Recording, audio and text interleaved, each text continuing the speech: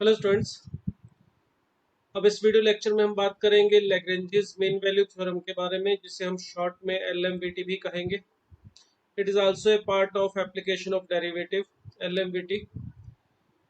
इसका भी पहले डेफिनेशन देखिए, वही है जो से हमने रोल्स थ्योरम अभी पढ़ी उसके जैसी है, मिलती जुलती, थोड़ा सा ही डिफरेंस है। इसमें भी वही बात है जो फंक्शन रोल्स थ्योरम की डेफिनेशन में हमने कही थी कि अगर कोई रियल वैलिड फंक्शन है, अगर ये दो कंडीशन सेटिस्फाई करते हैं, बस रोल्स थ्योरम में तीन थी, एलएमवीटी में यहाँ पर दो कंडीशन है। एलिमिटी थ्योरम के अकॉर्डिंग अगर कोई रियल वैल्यूड फंक्शन जो कि ए टू बी इंटरवल में, क्लोज इंटरवल में डिफाइन है, अगर वो ए बी इंटरवल में कॉन्टिन्यूस है क्लोज इंटरवल में, और एफ डैश एक्स एग्जिस्ट करता है ओपन इंटरवल में, या ये बोल सकते हो एफ एक्स डिफरेंशिएबल है ओपन इंटरवल ए बी में, एक ही बात है। अगर कोई फंक्शन ये दो कंडीशन सेटिस्फाई करता है तो एलएमवीटी के अकॉर्डिंग कम से कम एक पॉइंट सी इस ओपन इंटरवल ए बी में ऐसा जरूर मिलेगा जहां पर F dash C is equal to होगा F of B minus F of A upon B minus A. Rolle's theorem में यहाँ पर तीसरी कंडीशन एक और होती थी, F of B is equal to F of A, और उस केस में हम कहते थे अगर वो तीन कंडीशन पूरी है तो कम से कम एक पॉइंट ऐसा सी इस इंटरवल ए बी में जरूर मिलेगा जहां पर एफ डैश सी जीरो होगा। बस यहाँ पे एक तो तीसरी कंडीशन हट गई है, और दूसरी बात F dash C is equal to zero की बजाय F of B minus F of A upon B minus A है। अब ये मीनिंग क्या है इस कंडीशन का, ऐसा क्यों होगा अगर ये दो कंडीशन है, तो इसको समझते हैं। तो यहाँ जो दो कंडीशन है उसका बेसिक मीनिंग वही है जो हमने रोल्स थ्योरम में भी देखा। अगर फंक्शन इस इंटरवल में कॉन्टिन्यूस है क्लोज इंटरवल ए बी में, इसका मतलब इतना सा निकलता है कि जो फंक्शन है हमारा वो इस इंटरवल में, उसका जो ग्राफ है फंक्शन का, वो कहीं पर ब्रेक नहीं होगा, कहीं पर टूटेगा नहीं, और डिफरेंशिएबल भी है इस interval open interval A B में। इसका मतलब ओपन इंटरवल ए बी में कहीं पर भी कोई शार्प टर्न हमें नहीं मिलेगा, कोई एज हमें नहीं मिलेगा, कहीं पर भी कोई अपना कॉर्नर वाला पॉइंट, तीखा झुकने वाला पॉइंट हमें नहीं मिलेगा, यानी ग्राफ जो है उसका स्मूथली मूव करेगा। अब अगर ये दो कंडीशन पूरी है तो हम अगर ग्राफ बनाने की कोशिश करें एफ एक्स का, कुछ रफ आइडियाज लें। मान लो मैंने ग्राफ एक बनाया इस तरह से, ये ए टू बी हमारे पास इंटरवल में, चले एक साथ दो तीन बना लेते हैं कुछ मिलते जुलते ग्राफ जो कि हमें लगता है कि ऐसे पॉसिबल है। पॉसिबिलिटी तो वैसे इनफाइनाइट है, उनमें से कुछ एक जो हमें आइडिया दे देंगे इस थ्योरम के बारे में, कुछ एक हम इस तरह से ग्राफ बना रहे हैं। देखिए ए टू बी इंटरवल में ये हमारी एक्स एक्सिस और वाई एक्सिस, एक्स एक्सिस, इसी तरह से ये भी। अगर हम कह रहे हैं कि function A to B interval में कॉन्टिन्यूस है और डिफरेंशिएबल है, तो इसका मतलब इस ए से बी के बीच में इसका ग्राफ कहीं पर भी नहीं टूटेगा। मगर यहाँ पे तीसरी कंडीशन एफ ऑफ ए और एफ ऑफ बी वाली जो रोल्स थ्योरम में थी वो नहीं है। मतलब ये टर्मिनल पॉइंट जो है हमारे पास ए और B, A comma F of A, और ये point B comma F of B, अब ये डिफरेंट हाइट्स पे हो सकते हैं। रोल्स थ्योरम में ये दोनों पॉइंट सेम हाइट पे होते थे, तो दोनों में से कई, ये एक पॉसिबिलिटी ग्राफ की ओर है। देखो यहाँ पे ये मैंने ए पॉइंट ऊपर ले लिया और बी पॉइंट बस थोड़ा नीचे लिख लिया, और कुछ नहीं है। ये वाला पॉइंट है हमारा B comma F of B, और ये जरूरी नहीं है सिंपली ऐसे इंक्रीजिंग हो या डिक्रीजिंग हो, ग्राफ कुछ इस तरह से भी बन सकता है, जैसे ए से शुरू हो, इस तरह से नीचे जाए, फिर ऊपर जाए, फिर इस तरह से बी पॉइंट पे आके रुके। तो ये बी पॉइंट है हमारा F of B comma F of B. अब ये तीनों जो ग्राफ मैंने बनाए हैं, देखिए इसमें जो फंक्शन मैंने लिया है उसका ग्राफ कॉन्टिन्यूस लिया है। देखिए कहीं कोई ब्रेक नहीं आ रहा, डिफरेंशिएबल भी है, कोई शार्प टर्न, कोई कॉर्नर नहीं आ रहा। अगर फंक्शन ये दो कंडीशन सेटिस्फाई करता है तो हमने कहा कि कम से कम एक पॉइंट सी ऐसा जरूर मिलेगा जहां पर एफ डैश सी की वैल्यू किसके इक्वल होगी, F of B minus F of A upon B minus A. अब देखिए ये कंडीशन का मीनिंग समझिए, ये कंडीशन क्या कह रही है। देखिए एफ डैश सी का मतलब हमें पता है स्लोप ऑफ द टेंजेंट होता है। एफ डैश एक्स सभी जर्नल जो टेंजेंट्स है उसकी स्लोप के लिए फार्मूला होता है। एक्स की अगर पर्टिकुलर वैल्यू रखोगे तो उस पर्टिकुलर पॉइंट पे हमें टेंजेंट की स्लोप मिलती है। इसकी जरा ये राइट हैंड साइड है, इसको जरा ध्यान से ऑब्जर्व कीजिए कि ये क्या है, F of B minus F of A upon B minus, ये एक्चुअली इस लाइन की जो टर्मिनल पॉइंट्स हैं इनको मिलाने वाली लाइन की स्लोप है। अगर मैं आपसे कहूँ इस ए बी लाइन की स्लोप फाइंड आउट करो तो यही आएगी F of B minus F of A upon B minus A. आप यहाँ पे भी देख सकते हैं ये वाला केस, इसमें भी ये लाइन की जो स्लोप यही आएगी। ये टर्मिनल पॉइंट्स को मिलाने वाली लाइन की स्लोप है F of B minus F of A upon B minus A. अगर हम कह रहे हैं कि फंक्शन कॉन्टिन्यूस और डिफरेंशिएबल है तो एक पॉइंट ऐसा जरूर मिलेगा जहां पर एफ डैश सी यानी कि स्लोप ऑफ टेंजेंट इस लाइन ए बी की स्लोप के बराबर होगी। दो लाइन की स्लोप बराबर होने का मतलब दोनों लाइंस पैरेलल होंगी। तो यहाँ पे जो हम सी पॉइंट की बात कर रहे हैं वो सी पॉइंट हमारा वो पॉइंट होगा जहाँ पे अगर हम टेंजेंट ड्रॉ करें तो वो टेंजेंट इस कर्व के टर्मिनल पॉइंट ए और बी को मिलाने वाली जो कोड है उसके पैरेलल होगा। इस पॉइंट पे जो टेंजेंट है वो इस कोड के पैरेलल होगा। तो इस लाइन की जो स्लोप होगी एफ डैश सी वो इस लाइन ए बी की स्लोप के बराबर होगी। बस इतनी सी बात यहाँ पे कही जा रही है। ये इस केस में देखेंगे तो यहाँ पे टेंजेंट ड्रॉ किया, देखो इसके पैरेलल है, तो ये पॉइंट है हमारा सी। तो कम से कम एक पॉइंट सी के मिलने की गारंटी है, एक से ज्यादा भी मिल सकते हैं। जैसे यहाँ देखें इस डायग्राम में तो यहाँ पे हमें तीन तीन पॉइंट ऐसे मिल रहे हैं जहाँ पे टेंजेंट जो है इस ए बी कोड के पैरेलल है। तो कम से कम एक पॉइंट मिलने की गारंटी है, एक से ज्यादा भी मिल सकते हैं अगर ये दोनों कंडीशन पूरी हो। तो रोल्स थ्योरम में हम जब अप्लाई करते थे तो वो पॉइंट ढूंढते थे कर्व के ऊपर जहाँ पे टेंजेंट एक्स एक्सिस के पैरेलल हो। बस यहाँ पे रोल्स थ्योरम में जो पॉइंट सी होता था वो point tangent parallel to X axis की बजाय वो पॉइंट ढूंढेंगे जहां पर टेंजेंट ड्रॉ करते हैं तो कोड जो टर्मिनल पॉइंट को मिलाने वाली कोड है उसके पैरेलल टेंजेंट होता है। अगर ये वाला पॉइंट भी यहाँ पर आ जाता, मतलब ए और बी दोनों अगर सेम हाइट पे हो जाते तो ये टेंजेंट इस लाइन के पैरेलल हो जाता, मतलब वही रोल्स थ्योरम बन जाती। आप देख सकते हैं इस डेफिनेशन में भी अगर हमारा एफ ऑफ ए और एफ ऑफ बी अगर डिफरेंट है फिर तो अलग चीज है, फिर तो वो लाइन टर्मिनल पॉइंट को मिलाने वाली लाइन एक्स एक्सिस के पैरेलल नहीं होगी। अगर एफ ऑफ ए और एफ ऑफ बी भी बराबर हो जाए इन दो कंडीशन के साथ, ये तीसरी कंडीशन भी हो जाए, तो देखिए यहाँ पर ये जो वैल्यू है हमारी F dash C is equal to ये जो राइट हैंड साइड है वो देखो जीरो बन जाएगी। मतलब आप ये कह सकते हो कि रोल्स थ्योरम जो है वो लैग्रेंजिस मीन वैल्यू थ्योरम का ही एक स्पेशल केस है जिसमें f of a is equal to F of b भी खोज दिया जाता है। तो लैग्रेंजिस मीन वैल्यू थ्योरम में हम वो पॉइंट ढूंढते हैं सी जहाँ पे कोड और टेंजेंट टर्मिनल पॉइंट्स को मिलाने वाले कोड के पैरेलल होता है। अब यहाँ पे भी ये जैसे रोल्स थ्योरम थी तो ये कंडीशन जो हमने यहाँ पे लिखी है तीनों या दोनों कंडीशन पूरी हो तो सी पॉइंट के मिलने की गारंटी देते हैं। अगर कंडीशन पूरी नहीं है तो हम ये नहीं बोलेंगे कि ऐसा पॉइंट नहीं मिलेगा जहां पर एफ डैश सी इसके इक्वल होगा।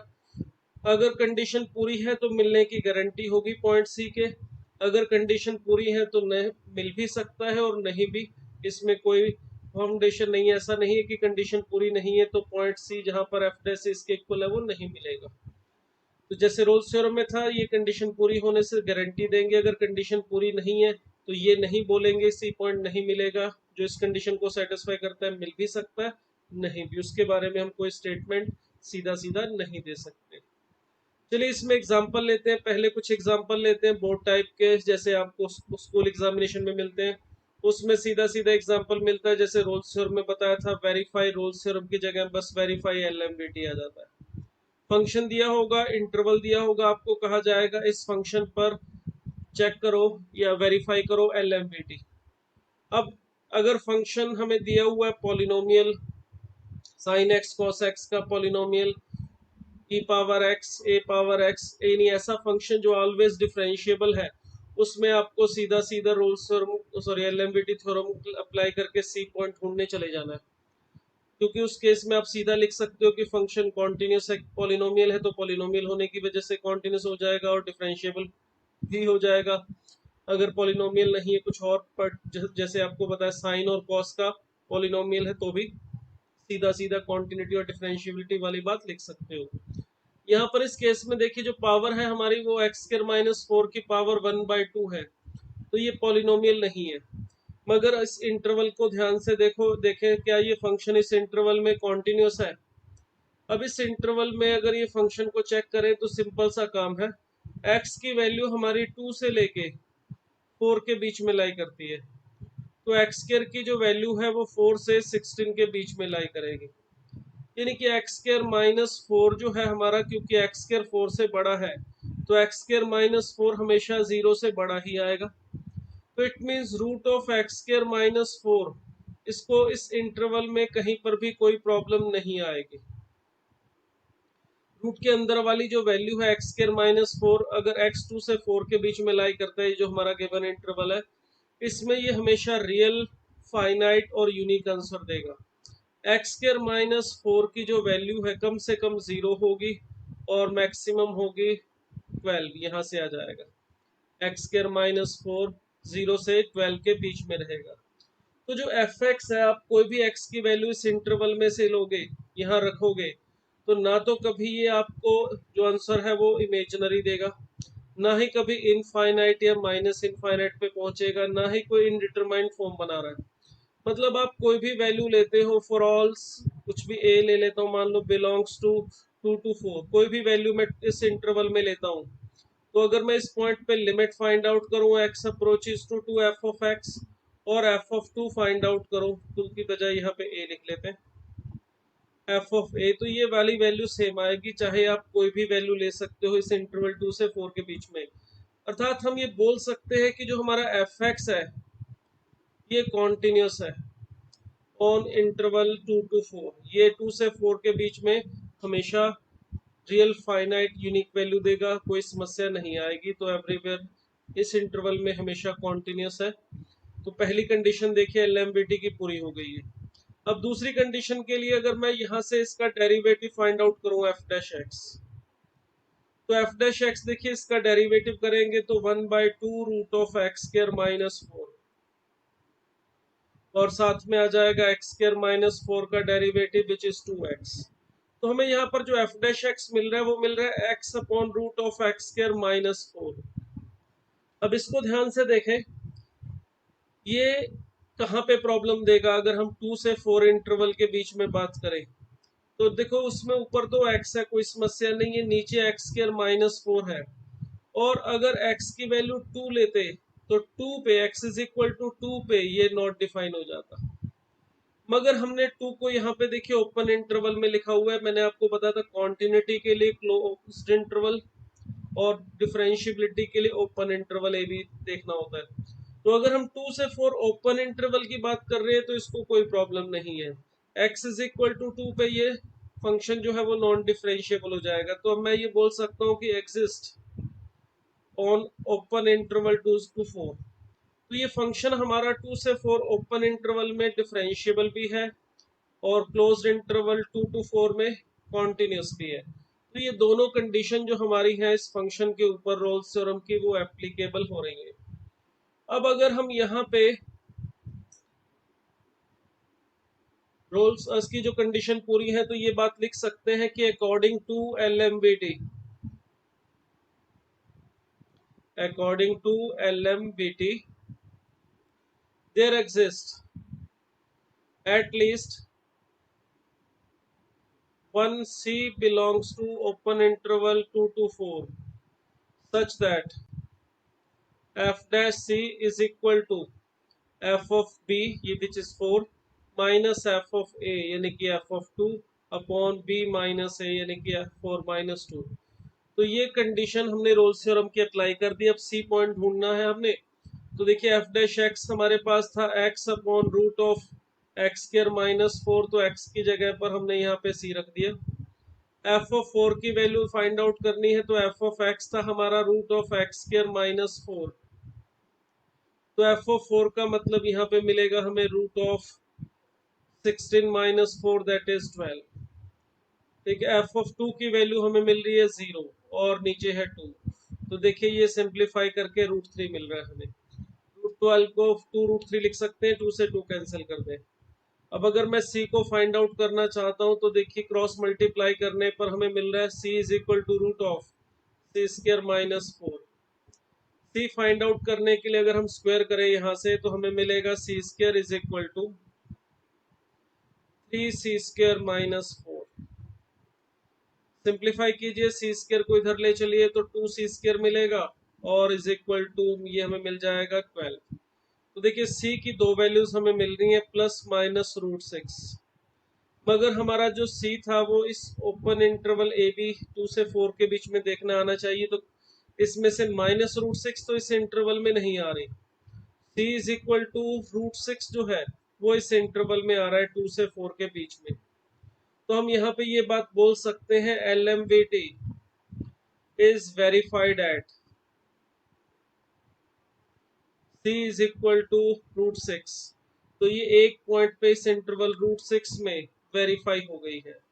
तो इस टाइप के एग्जाम्पल मिलते हैं बोर्ड में। ये वाला जो एग्जाम्पल लिया मैंने ये भी देखिए 2002 में CBSE बोर्ड के अंदर आया हुआ क्वेश्चन है, ठीक है।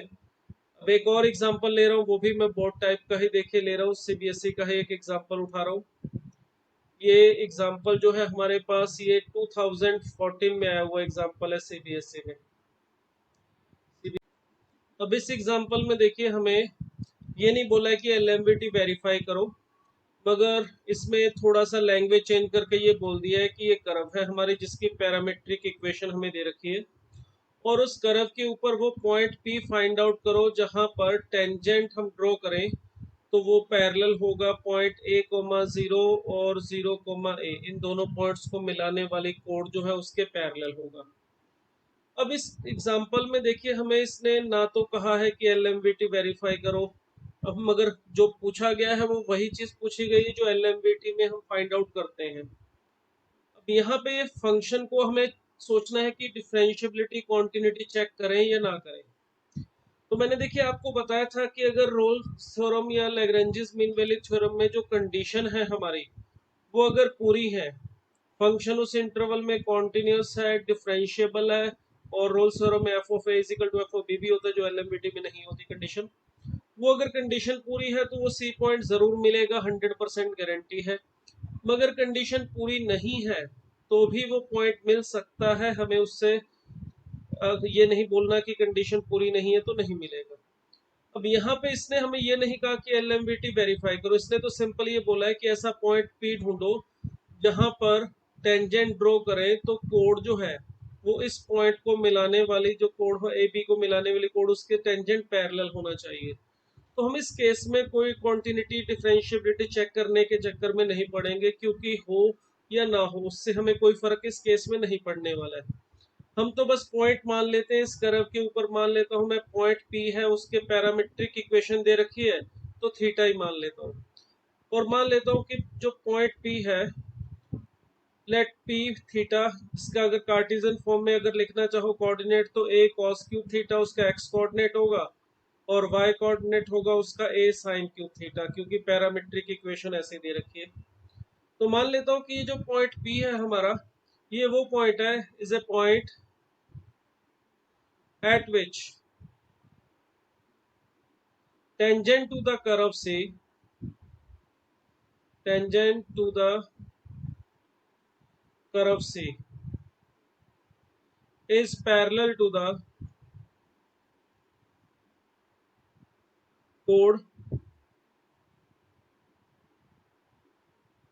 AB, जिसमें A पॉइंट देखो ये हमें दिया हुआ है A,0 और B पॉइंट दिया हुआ है 0,A। अब ये पॉइंट देखो आप इस कर्व के ऊपर ही लाई कर रहे हैं, कैसे पता चलेगा कि ये पॉइंट इस कर्व के ऊपर लाई कर रहे हैं?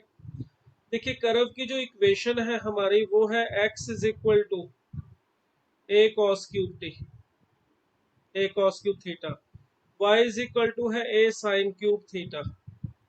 अगर मैं इसमें थीटा की वैल्यू देखूं तो वो हमें दे रखी है 0 से π/2।